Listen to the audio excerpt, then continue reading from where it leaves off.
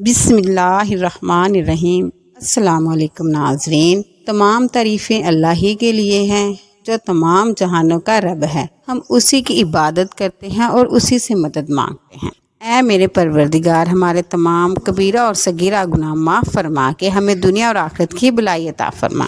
ناظرین، تاریخ اسلام کے واقعات اور نبی کریم صلی اللہ علیہ وسلم کے معجزات میں سے ایک عظیم معجزہ واقعہ معراج ہے۔ معراج کے سفر کا آغاز نبوت کے 11 سال یعنی ہجرت سے 2 سال پہلے نبی کریم صلی اللہ علیہ وسلم کی چچا زاد ہمشیرہ ام ہانیہ کے گھر سے 23ویں رجب کی شب کو ہوا۔ یہ واقعہ اس طرح ہوا کہ نبی کریم صلی اللہ علیہ وسلم مکہ معظمہ میں ام ہانی رضی اللہ عنہا کے گھر رات کے آرام فرما رہے تھے کہ اللہ تعالیٰ نے حضرت جبرائیل علیہ السلام کو بھیجا۔ وہ آپ کو لے کر معراج پر پہنچے۔ وہاں آپ کو دوزخ کا یہ حال دکھایا گیا کہ آپ وادی میں پہنچے۔ وہاں آپ نے ایک بدنما آواز سنی۔ آپ نے بدبو بھی محسوس کی۔ آپ نے پوچھا، جبرائیل یہ کیا ہے؟ انہوں نے بتایا، یہ جہنم کی آواز ہے۔ یہ کہہ رہی ہے، اے میرے پروردگار، مجھے وہ غذا دے جس کا تو نے مجھ سے وعدہ کیا ہے۔ میری زنجیریں اور بیڑیاں، میری آگ، میرے شعلے، گرمی، گرم ہوا، پیپ اور عذاب کے دوسرے ہیبت ناک سامان بہت بڑھ گئے ہیں۔ میری گہرائی اور اس گہرائی میں آگ کی تپش یعنی میرا پیٹ اور اس کی بھوک بہت زیادہ ہے، اس لیے مجھے میری وہ خوراک دیں جس کا تو نے مجھ سے وعدہ کیا ہے۔ جہنم کی اس پکار کے جواب میں اللہ تعالیٰ نے فرمایا، ہر کافر اور مشرک، بد نیت، بدماشی اور خبیث مرد اور عورتیں تیری خوراک ہیں۔ یہ سن کر جہنم نے جواب دیا، بس میں خوش ہو گئی۔ اس سفر میں آپ کو دجال کی صورت دکھائی گئی۔ اس کی شکل عبدالعزیز ابن قطن جیسی تھی۔ یہ عبدالعزیز جاہلیت کے زمانے میں نبی کریم صلی اللہ علیہ وسلم کے ظہور سے پہلے ہی مر گیا تھا۔ آپ کو وہاں کچھ لوگ دکھائے گئے۔ ان کے ہونٹ اونٹنیوں کے ہونٹوں جیسے تھے اور ان کے ہاتھوں میں پتھر کی طرح بڑے بڑے انگارے تھے، یعنی اتنے بڑے بڑے تھے کہ ایک ایک انگارے میں ان کا ایک ہاتھ بھر گیا۔ وہ لوگ انگاروں کو اپنے منہ میں ڈالتے تھے۔ آپ نے یہ منظر دیکھ کر جبرائیل علیہ السلام سے پوچھا، جبرائیل یہ کون لوگ ہیں؟ جواب میں انہوں نے کہا، یہ وہ لوگ ہیں جو زبردستی اور ظلم سے یتیموں کا مال کھاتے تھے۔ اس کے بعد آپ نے کچھ لوگ دیکھے جن کے سامنے ایک طرف بہترین قسم کا گوشت رکھا ہوا ہے، دوسری طرف سڑا ہوا بدبودار گوشت تھا۔ وہ اچھا گوشت چھوڑ کر بدبودار گوشت کھا رہے تھے۔ آپ نے جبرائیل علیہ السلام سے پوچھا، یہ کون لوگ ہیں؟ انہوں نے بتایا، یہ وہ لوگ ہیں جن کو اللہ تعالیٰ نے پاک دامن عورتیں یعنی بیویاں دی تھی، مگر یہ انہیں چھوڑ کر دوسری عورتوں کے پاس جاتے تھے، یا وہ ایسی عورتیں تھیں جو اپنے خامند کو چھوڑ کر دوسرے مردوں کے پاس جاتی تھی۔ آپ نے وہاں ایسے لوگ دیکھے جو اپنے ہی جسم سے پہلوؤں کا گوشت نوچ نوچ کر کھا رہے تھے۔ ان سے کہا جا رہا تھا، یہ بھی اس طرح کھاؤ جس طرح تم اپنے بھائی کا گوشت کھایا کرتے تھے۔ آپ نے دریافت فرمایا، یہ کون لوگ ہیں؟ جبرائیل علیہ السلام نے کہا، یہ وہ لوگ ہیں جو ایک دوسرے پر آواز کسا کرتے تھے۔ جہنم دکھانے کے بعد آپ کو جنت دکھائی گئی۔ آپ نے وہاں موتیوں کے بنے ہوئے گنبد دیکھے، وہاں کی مٹی مشکی کی تھی۔ آپ نے جنت میں انار دیکھے، وہ بڑے بڑے ڈولوں جتنے تھے، اور جنت کے پرندے اونٹوں جتنے بڑے تھے۔ 7واں آسمان کی سیر کے بعد آپ کو سدرۃ المنتہا تک لے جایا گیا۔ یہ بیری کا ایک درخت ہے۔ حضور نبی کریم صلی اللہ علیہ وسلم نے سدرۃ المنتہا کی جڑ میں ایک چشمہ دیکھا، اس سے وہ نہر پھوٹ رہی تھی۔ ایک کا نام کوثر اور دوسری کا نام رحمت۔ آپ فرماتے ہیں، میں نے اس چشمے میں غسل کیا۔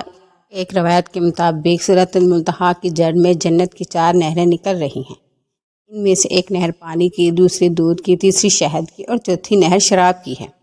اس وقت سدرۃ المنتہا کے پاس آپ نے جبرائیل علیہ السلام کو ان کی اصل شکل میں دیکھا، یعنی جس شکل میں اللہ تعالیٰ نے بنایا تھا۔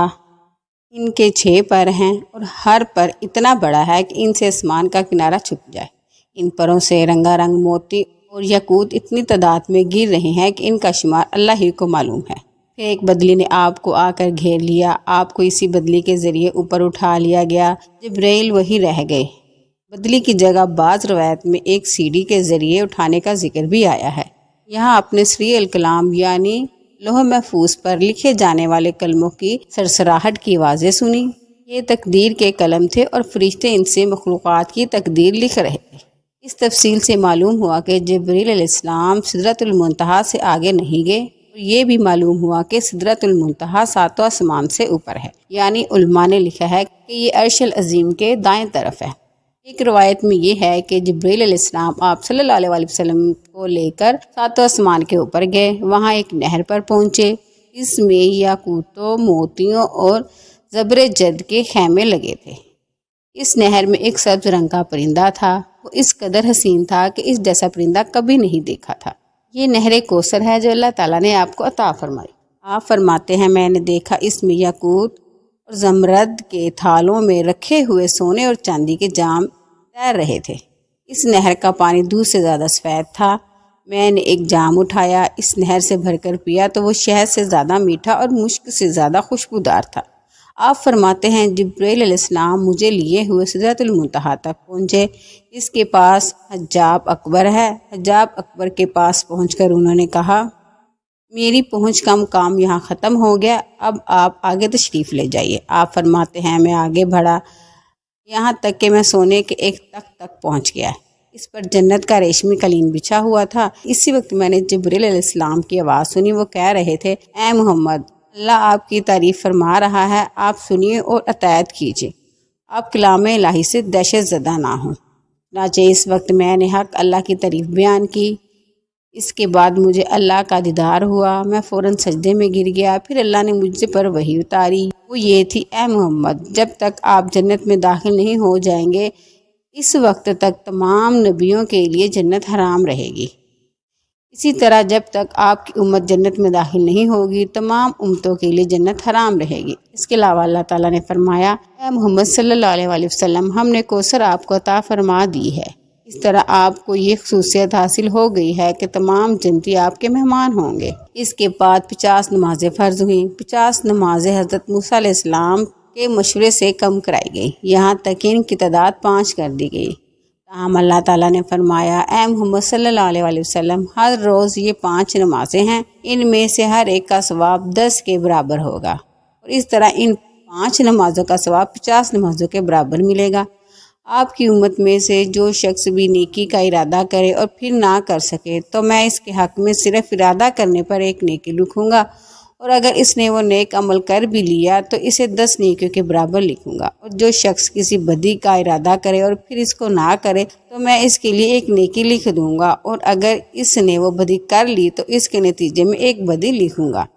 آپ فرماتے ہیں میں نے جنت کے دروازے پر لکھا دیکھا صدقے کا صلہ 10 گنا ہے، قرض کا صلہ 18 گنا ہے۔ میں نے جبریل علیہ السلام سے پوچھا یہ کیا بات ہے، قرض دینا صدقے سے افضل ہے؟ جواب میں انہوں نے کہا اس کی وجہ یہ ہے کہ سائل جسے صدقہ دیا جاتا ہے وہ مانگتا ہے تو اسی وقت اس کے پاس کچھ نہ کچھ ہوتا ہے، جبکہ قرض مانگنے والا اسی وقت قرض مانگتا ہے جب اس کے پاس کچھ نہ ہو۔ حضور اقدس صلی اللہ علیہ وسلم نے معراج کے دوران جہنم کے داروغہ مالک کو دیکھا۔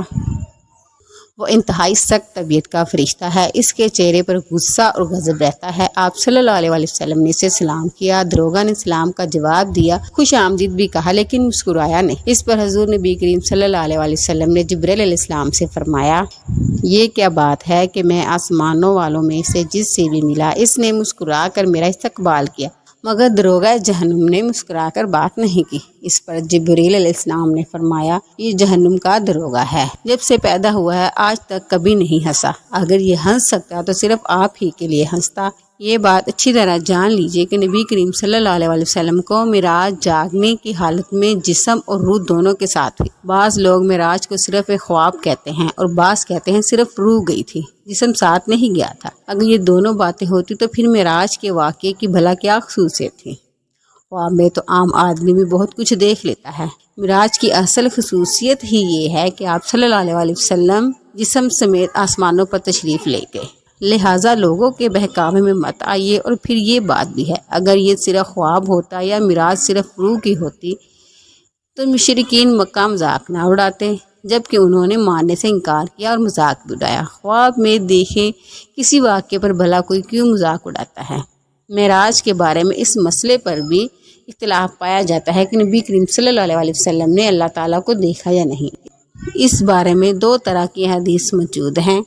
اس معاملے میں بہتر یہ ہے کہ ہم خاموشی اختیار کریں، کیوں نہ کہ یہ ہمارے اقتدار کا مسئلہ نہیں ہے، نہ ہم سے قیامت کے دن یہ سوال پوچھا جائے گا۔